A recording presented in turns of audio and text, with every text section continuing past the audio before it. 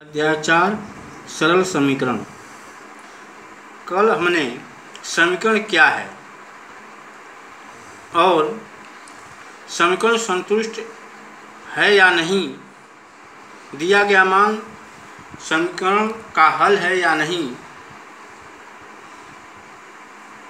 इसके बारे में पढ़ा और प्रश्नावली 4.1 के प्रश्न नंबर 1 और 2 को हल किया। आज हम समीकरण बनाना सीखेंगे। समीकरण कैसे बनाते हैं, उदाहरण द्वारा हम इसको समझते हैं। उदाहरण 1, निम्नलिखित कथनों को समीकरण के रूप में लिखिए। पहला है y के 2 गुने तथा 11 का योग 31 है।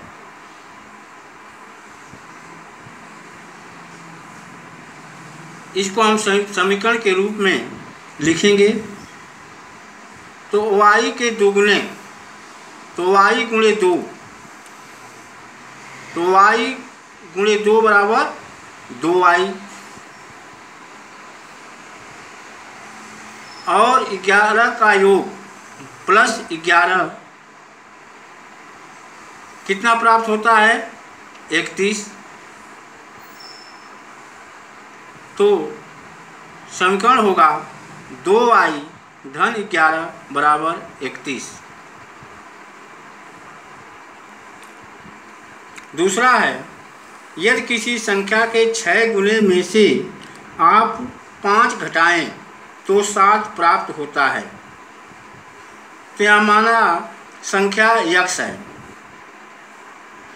संख्या को हमने x माना, तो x के 6 गुने में से, तो x का 6 गुना 6 गुणे x बराबर 6x। उसमें से 5 घटाए तो 6x ऋण 5,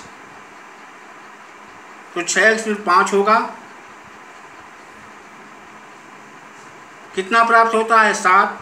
तो 6x ऋण 5 बराबर 7। तीसरा, किसी संख्या के 1/3 में 5 जोड़ने पर 8 प्राप्त होता है। तो माना वो संख्या y है, तो y का तिहाई, y गुणे 1/3 बराबर y/3। y/3 में 5 जोड़ने पर y/3 धन 5 कितना प्राप्त होता है, 8। अतः अभिन्न समीकरण बराबर y धन 5 बराबर y/3 धन 5 बराबर 8। चौथा उदाहरण, राजू के पिता की आय राजू की आय के तिगुने से 5 वर्ष अधिक है। राजू के पिता की आयु 44 वर्ष है।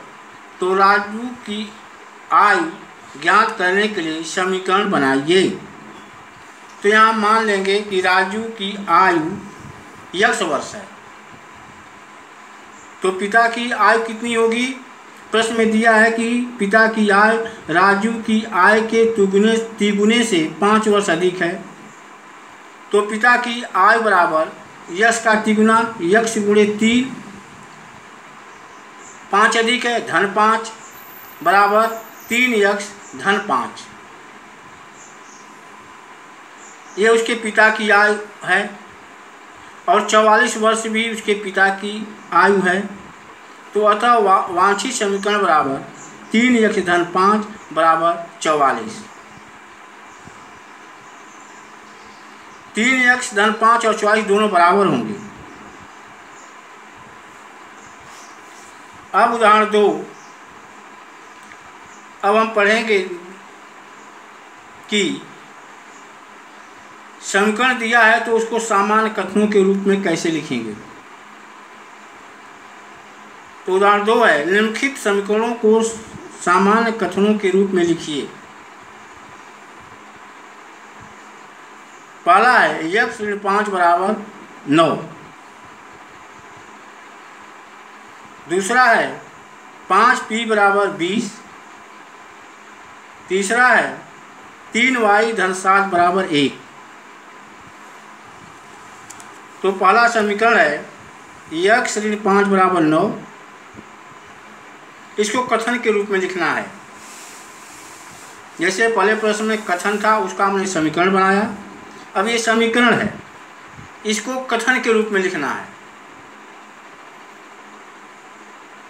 तो हम देख रहे हैं कि x में से 5 घटाने पर 9 प्राप्त हुआ है। तो उसको हम लिख सकते हैं कि x में से 5 घटाने पर 9 प्राप्त होता है। दूसरा है 5p बराबर 20। 5p माने p का 5 गुना कितना होता है 20। तो इसी को हम सामान्य कथन में लिखेंगे कि p का 5 गुना 20 है या 20 होता है। तीसरा 3y धन 7 बराबर 1।